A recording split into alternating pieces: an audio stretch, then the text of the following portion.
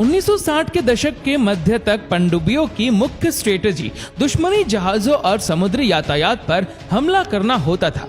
हालांकि ये भूमिका अभी भी मौजूद है, लेकिन आधुनिक पनडुब्बियों की बैलिस्टिक और क्रूज मिसाइल छोड़ने की क्षमता ने पनडुब्बियों के लिए एक और स्ट्रेटेजिक भूमिका बना दी है, जो कि दुश्मन देश में सीधे मिसाइल से हमला करना है। इस वीडियो में हम देखेंगे कि आज के जमाने की आधुनिक पनडुब्बियां काम कैसे करती है।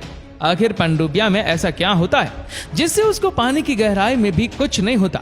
चिकनी सतह के साथ साथ पनडुब्बी का आकार एक सिगार की तरह होता है, जो इसे पानी के नीचे तेजी से चलने में सक्षम बनाता है। ज्यादातर पनडुब्बी के डिजाइन में दो हल होते हैं, प्रेशर हल और आउटर हल। प्रेशर हल आमतौर पर हाई स्ट्रेंथ स्टील से बना होता है और वाटर टाइट ब्लॉक के साथ कई हिस्सों में बटा होता है। प्रेशर हल में आदमी के रहने की जगह, कंट्रोल रूम, कम्युनिकेशन रूम, हथियार, मैन और सहायक मशीनरी के साथ अन्य कई उपकरण रहते हैं। हाई स्ट्रेंथ मेटल से बना ये प्रेशर हल इन्हें गहरे पानी के दबाव में कुचले जाने से बचाए रखता है। प्रेशर हल आउटर हल के अंदर होता है, क्योंकि प्रेशर टाइट नहीं होता है, क्योंकि किसी भी गहराई में आउटर हल के बाहर और अंदर लगभग एक ही प्रेशर रहता है। पनडुब्बी के बाहरी हल के ऊपर एक ढांचा होता है, जिसमें कम्युनिकेशन, रडार, वेपन, सेंसर के अलावा पेरिस्कोप भी होता है। इस ढांचे को सेल कहते हैं। पेरिस्कोप एक ऐसा उपकरण है जो उस दृश्य को दिखा सकता है जो देखने वाले के सीधे आंखों के सामने मौजूद नहीं है।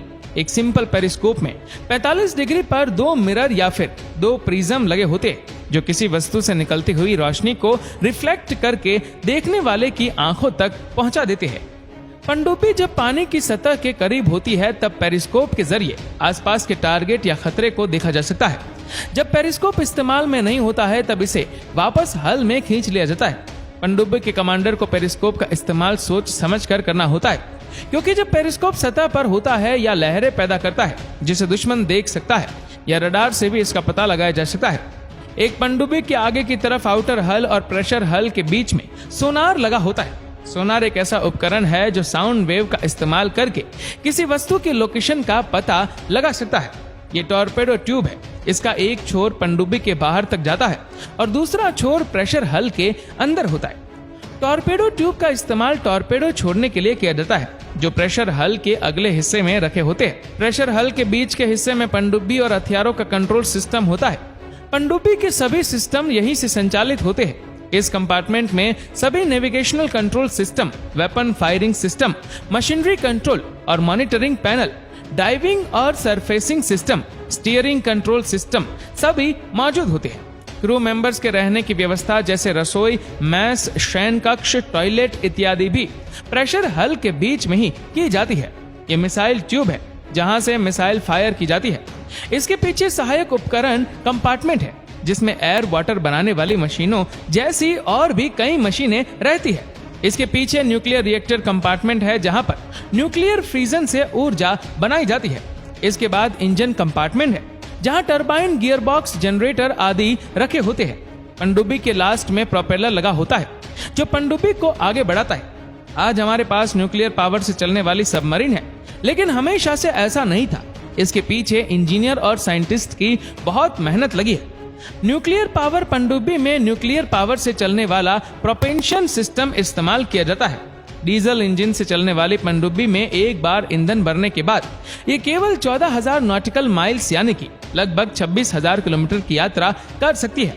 इसके बाद इसे रीफ्यूलिंग की जरूरत पड़ती है, जबकि न्यूक्लियर ऊर्जा से चलने वाली पनडुब्बी में पहली ही बार में इसमें इतना यूरेनियम भर दिया जाता है कि इसे 30 वर्षों से भी ज्यादा समय तक बिना रिफ्यूलिंग के चलाया जा सकता है। इसलिए न्यूक्लियर पनडुब्बी का एक बड़ा फायदा ये भी है कि रिफ्यूलिंग की वजह से कभी इसे वापस बेस पर नहीं आना पड़ता। आमतौर पर न्यूक्लियर पनडुब्बी में प्रेशराइज्ड वाटर रिएक्टर (PWR) का इस्तेमाल किया जाता है।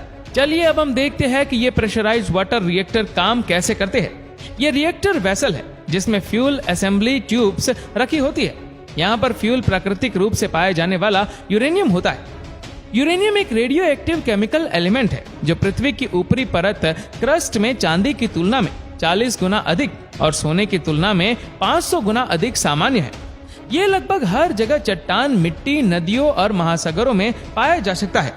यूरेनियम को प्रोसेस करके छोटे छोटे सिरेमिक पैलेट्स के रूप में बना दिया जाता है और फिर इन पैलेट्स को मेटल ट्यूब में सील कर दिया जाता है। इसके बाद इन मेटल ट्यूब को वेल्ड करके बंडल बना दिया जाता है, जिसे फ्यूल असेंबली कहते हैं।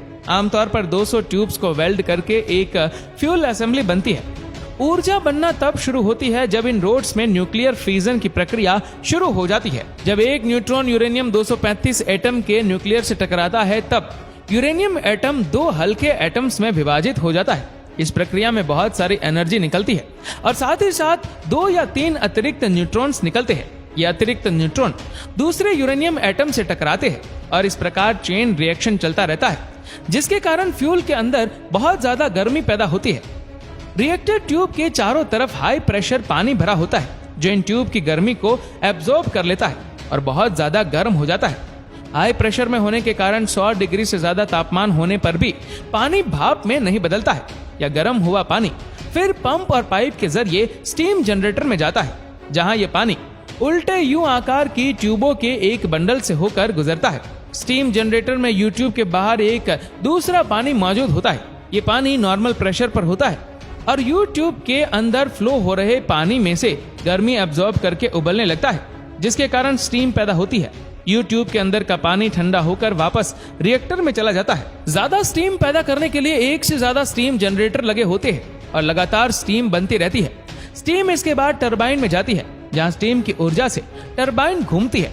घूमती हुई टरबाइन से एक विशाल गियर बॉक्स को घुमाती है और अंततः पावर प्रोपेलर तक पहुंचती है और ये पनडुब्बी को आगे बढ़ाता है।